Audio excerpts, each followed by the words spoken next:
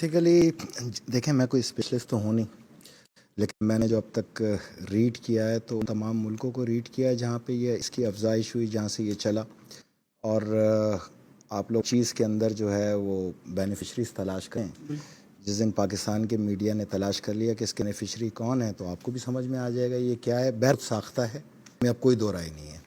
اور اس کی اس کی تھیوری کا آغاز ہوا 2006 میں. جون 24 2008 کو یہ کتاب منظر عام پہ آئی، اینڈ آف دا ڈیز کے نام سے.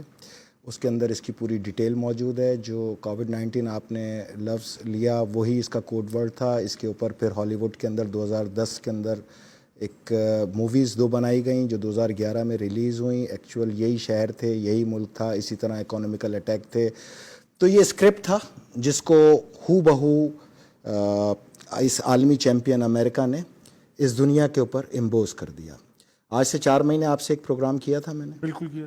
اس پروگرام میں ہماری بات ہوئی تھی کہ ڈالر جو ہے وہ کمزور ہوتا جا رہا ہے. اکانومیکل گروتھ جو ہے وہ دنیا میں جو ٹریڈنگ ہے وہ اب آپس کی کرنسیوں میں شروع ہو گئی ہے، اور دنیا ڈالر کے مقابلے میں دوسری کرنسی لانے کی طرف گامزن تھی.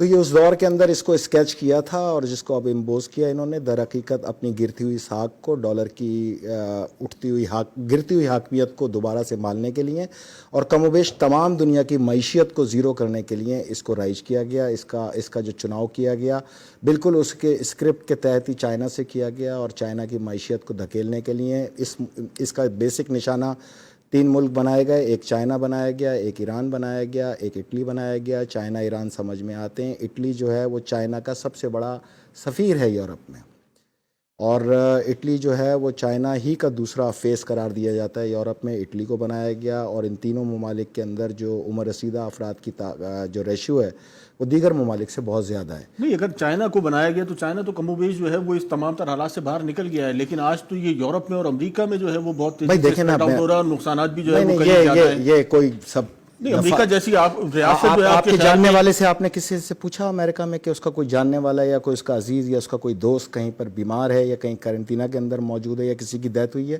میں نے کم سے کم و بیش 1000 لوگوں سے رابطہ کر کے پوچھا. نہ کوئی ان کا جاننے والا بیمار تھا، نہ کسی کی ڈیتھ ہوئی تھی، نہ ہی ان کو کوئی پتہ ہے کہ یہاں پہ کہاں اس طرح کے کوئی سینٹرز بنائے ہیں. ویڈیوز آ رہی ہیں اس میں تو باقاعدہ آپ کسی چوکیدار سے کوئی چوکیدار کسی اگر دکان میں ڈکیتی لگواتا ہے تو وہ جاتے ہوئے لازمی کہتا ہے کہ بھائی جاتے جاتے ایک گولی مجھے بھی مار جاؤ، ورنہ لوگ سمجھیں گے میں تمہارے ساتھ ملوث تھا. امریکہ نے $1 ٹریلین اس کے اوپر فکس کیے. $14 ٹریلین انہوں نے پوری مارکیٹ سے اٹھانے. $13 ٹریلین کا ان کا فائدہ ہے. آپ اس کا حساب کتاب اعداد و شمار میں آ جائیں کسی دن، میں آپ کو ڈیٹیل بتا دیتا ہوں. 4 مہینے پہلے جو میں آپ سے پروگرام کر کے گیا تھا یہ اسی کا چربہ ہے. نہیں، بالکل اسی کا ہتھیاروں سے نہیں جیت سکے، ہتھیاروں سے نہیں جیت سکے تو پیٹھ پہ وار کرنے کے لیے آ گئے. پوری دنیا کی معیشت کو غرق کر دیا. ایکچوئل خوف پیدا کر کے لاک ڈاؤن پہ ہی لانا تھا اس کو.